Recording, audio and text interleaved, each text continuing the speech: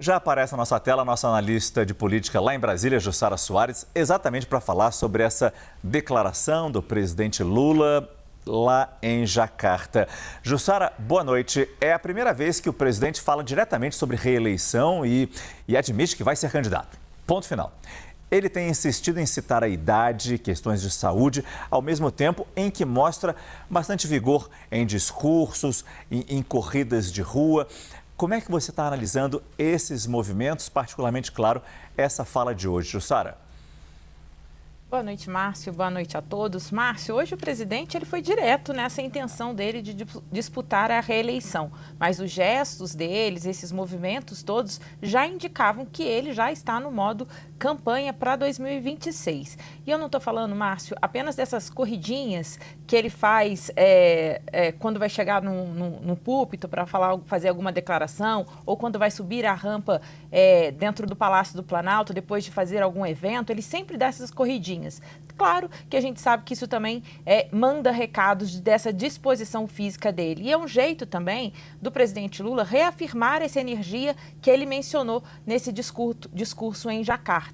Porque o presidente ele também quer evitar aquele efeito Biden, se referindo ao ex-presidente dos Estados Unidos, que acabou abandonando a campanha, muito criticado, inclusive, pela sua idade avançada. Então, o presidente já faz essa vacina para evitar ser cobrado pela sua idade, e também por questionamentos à sua saúde. Então, para isso, o presidente tem feito todos esses reforços ali da sua imagem, da sua saúde física. Recentemente, teve um evento do Ministério da Educação em que o presidente correu aqui quase 5 quilômetros na esplanada dos ministérios. Então, esse também é um gesto do presidente. Agora, fora isso, Márcio, muitos anúncios do presidente Lula já estão focados diretamente para 2026. Eu vou citar alguns recentes aqui que já tem tudo a ver com reeleição. A começar com a isenção do imposto de renda para quem ganha até R$5.000, que já passou na Câmara de Deputados, está no Senado. Essa é a aposta do presidente Lula para começar a valer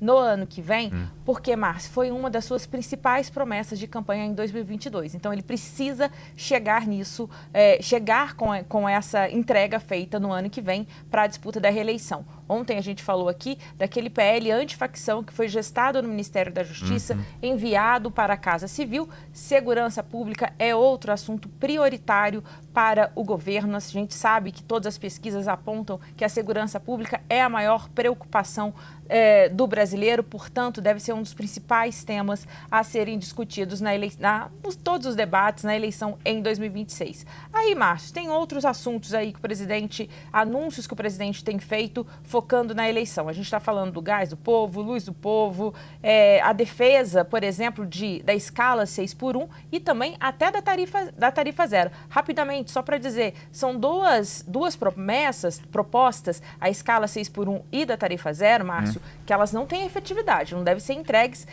tão rapidamente. Mas o governo já trabalha com a expectativa justamente pensando na reeleição. E a gente sabe que esses projetos acabam colocando a oposição numa sinuca de bico, porque você não pode votar contra projetos que claramente são favoráveis à população, especialmente à população de baixa renda. Então, falando em oposição, a gente tem que destacar aqui, talvez, Jussara, também, como o cenário para 2026 não está consolidado. Existem muitos nomes de pré-candidatos, de possíveis candidatos à presidência, mas muita coisa interferindo na possível decisão de que nomes serão esses ou qual será o ungido, particularmente para a gente saber se ainda vai haver ou não uma certa importância, relevância na decisão de Jair Bolsonaro em apoiar alguns desses nomes. Para saber, então, esses nomes, a gente destaca, então, aqui no nosso telão, candidatos que já, pelo menos, deram a entender que podem vir a ser candidatos em 2026. E a Jussara Soares, que vai elencar cada um deles e, particularmente, Jussara, destacar o quanto que a decisão de hoje de Lula pressiona esses nomes. Eu acho que a gente poderia começar com o governador de São Paulo, Tarcísio de Freitas. Exatamente, Márcio. Vamos lá. Todos esses nomes que a gente está vendo aí, eles têm em comum de serem da direita. E a grande questão hoje em dia para a oposição é essa fragmentação da direita, muita disputa interna, o que inviabiliza neste momento ter muita clareza, ter clareza sobre quem pode ser de fato o adversário do presidente Lula nas urnas em 2026. Eu vou começar, como você disse, pelo governador de São Paulo, Tarcísio de Freitas, que ele é filiado ao Republicanos. E ele, Márcio, é o nome preferido do Centrão. Eu estou falando de outros partidos, por exemplo, como o União Brasil e o PP, que claramente deixam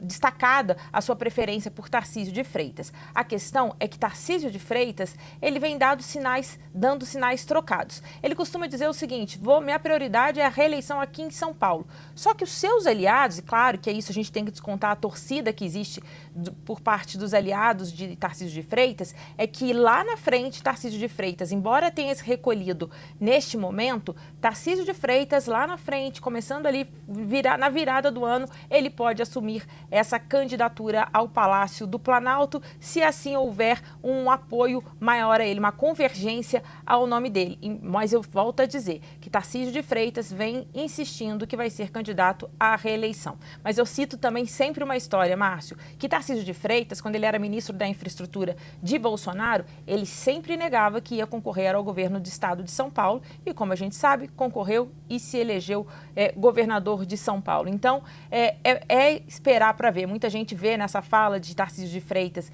de que ele vai ser candidato à reeleição, não tem nenhum interesse no Planalto, como um recuo estratégico, até para se blindar agora de ataques enquanto ele está lá governando, e aí vai antecipar ataques. Por quê? Então, esse é um posicionamento sobre o Tarcísio de Freitas. E aí, o segundo nome, muito citado também, geralmente visto como banco de reservas de Tarcísio de Freitas, se Tarcísio de Freitas de fato recusar, o Ratinho Júnior, ele é visto como um número 2, o que poderia ali substituir Tarcísio de Freitas para enfrentar Bolsonaro. Agora, só para citar os outros nomes, Caiado, ele é do União Brasil, se colocou como um candidato ao Palácio do Planalto, só que ele tem resistências, inclusive dentro do próprio partido, embora já tenha lançado a sua pré-candidatura, assim como Romeu Zema, que é o governador de Minas Gerais, é candidato pelo Novo, está com candidatura lançada também ao nome da direita. Eduardo Leite, a gente pode dizer que é um nome que corre por fora, ele é afiliado ao PSD, mesmo partido de Ratinho Júnior, e muita gente vê que ele é um nome que pode ir para o Senado, mas o Palácio do Planalto, embora ele se coloque à disposição, ainda não é um nome não é um nome que tem mais força neste momento. Correndo por fora, Eduardo Bolsonaro praticamente isolado, tem muita resistência dentro do PL, o seu partido, o partido do ex-presidente Jair Bolsonaro. Ele diz que pode sim se lançar à presidência, mas a gente sabe das condições dele. Está nos Estados Unidos, ele é denunciado pela Procuradoria-Geral da República justamente pela atuação dele nos Estados Unidos, buscando sanções contra o Brasil. Mas ele diz que vai procurar um partido e pode sim lançar uma candidatura mesmo nessas condições. Márcio.